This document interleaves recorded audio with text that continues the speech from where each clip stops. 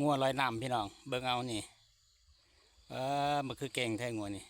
บ่มีคนไล่ได้นี่จุดประสงค์มันจะข้ามมาพี่มันลอยมาเองนี่เห็นบ่อยู่ๆมันก็ลอยมาเองนี่เห็นบ่นี่เก่งเติบ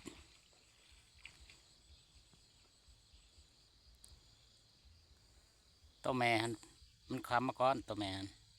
ลูกมันตามมานี่ยังเตซี่โตฟังทั้งผุนมันมาทางลัดเลย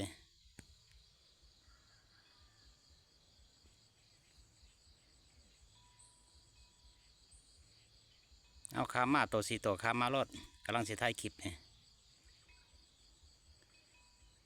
ความมาเลยความมาเลย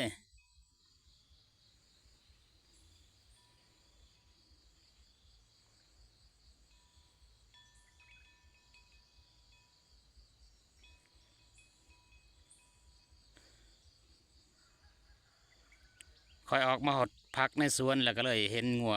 ลอยน้ำความมาทั้งผีก็เลยถ่ายคลิปให้พี่น้องได้เบิงอยู่ๆมันกับความมาโลดงัวตัวนี้บ่ฮู้ว่างัวไผ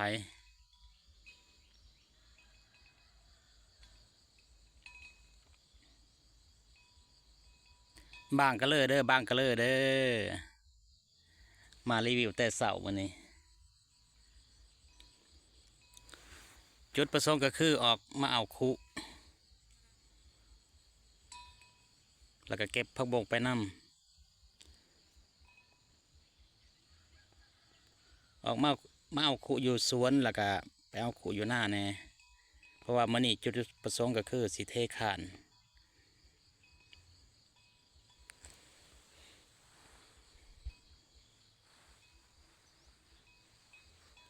แล้วก็รีวิวไปพร้อมนี่คือสวนเนาะสวนพริกสวนมะเขือผักบง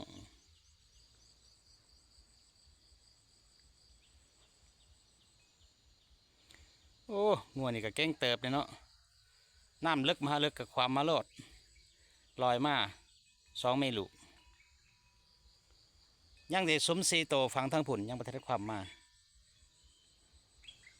ปลาทุปลาบอลปลาหลายขนาดมีแต่ต้นบักใหญ่เลยในวังตัวนี้วังต้มเหล่าวังต้มเหล่าบางกะเลอบางกะเลอพี่น้องเมื่อนี้มีบรรยากาศแต่เศร้านี่ก็สิแจ้งๆในจักหน่อยสิบ่มีแดดดอกมื่อนี้บรรยากาศสดชื่นพี่น้องลำเสกกุ้งกามเด้อเขตบ้านลำถ้วยที่ขึ้นกับเมืองสุนทรบุรีแขวงสวรรณเขตนี่เขตสุนทรบุรี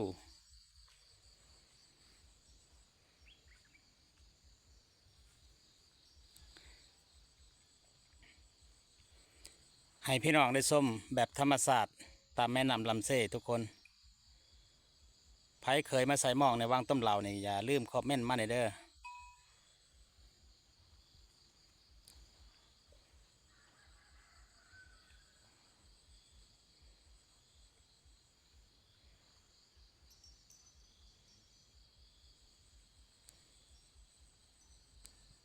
ธรรมศาสตร์สวยสดงดงามพี่น้องบรรยากาศตอนเศร้า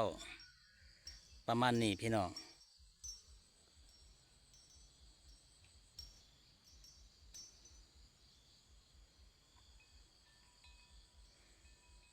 ฝนยังบ่ตกอยู่ป่านนี้หลังตามธรรมดาเนี่ยปกติแล้วคือแต่ละปีเนี่ยหลังสงกรานต์ได้ฝนตกแต่ปีนี้เนี่ยหลังสงกรานต์มันหลายมื้อแล้วฝนยังบ่ตก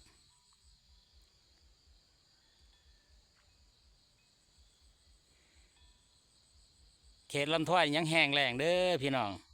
บ่มีฝนมีแต่แดด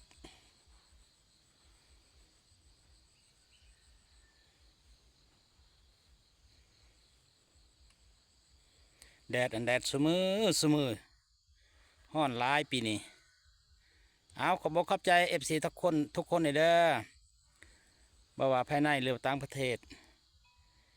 บางคนก็คอมเมนต์ว่าอยากสมธรรมศาสตร์ทางเกาหลีใต้ว่าถ่ายคลิปแบบยาวๆหน่อยเด้อว่าคนทั้งนอกเขาอยากเบิ่งแบบธรรมศาสตร์ เอาสิถ่ายให้พี่น้องได้เบิ่งเนาะจัดให้ตามคำขอ FC ทางเกาหลีใต้ที่ขอมา นี่คือหาดทรายทุกคน ทะเลน้อยทะเลน้อย นี่เลยคำว่าทะเล ทะเลแถวบ้านนอก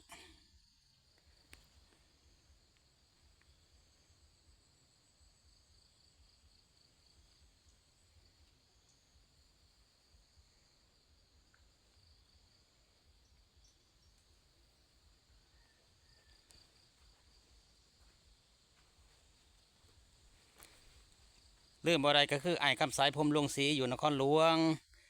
เนาะเพิ่นคอมเมนต์มาเรื่อยๆและคำศรีเด้อวัดพระมงคลนี่เด้อเห็นคลิปอย่าลืมคอมเมนต์มานะ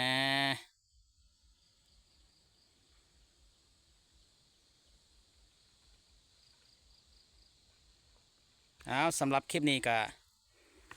โจไว้สำนีสกอนเนาะพี่น้องโอกาสหน้าจังพอกันไหมโอ้โหโอ้วาสิลาบัทเดล่าในตัวนี้หม้อบักแดงหน่อยข้ามมาแล้วเอาจังไรก็ให้พี่น้องได้ส้มอีกจะข้าวหนึ่งงัวหน่อยลอยมาแล้วงัวหน่อยลอยมาแล้วนี่ตัวน้อยตัวน้อยอดบ่ได้เพราะว่าหมูเขามาทั้งผีแล้วหมอนี่ก็ต้องตามเขามานี่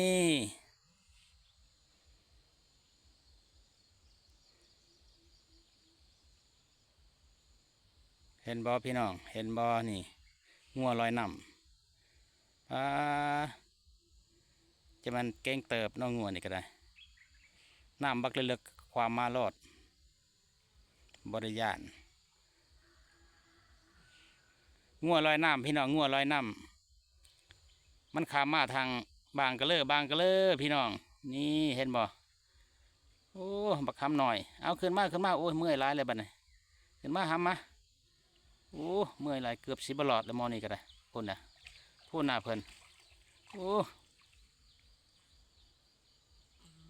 เป็นไงเหนื่อยไหมโอ้โหน่ารักด้วยไอตัวเล็ก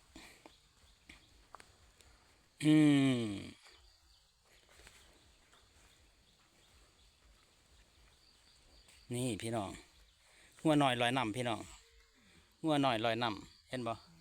แต่ก็ย่างอีกฟังทั้งผุนย่าง3 โตบ่ได้บ่ทันได้ความมานี่กำลังสิความมาอยู่อันสิเป็ดอาจสิเป็นคลิปยาวเด้อพี่น้องทุกคนนี่เห็นบ่เราถางัวความมาก่อนหมอนี่เอิญแม่ให้มาหมอลูกปลาทุปลาบอลอันพี่น้องท่านใดที่มีเบ็ดมีม่องในเด้อมาใส่ในเด้อปลาบอลในวางต้มเหล่านี่ปลาทุมีแต่ต้มบักใหญ่บางกะเลอบางกะเลอพี่น้อง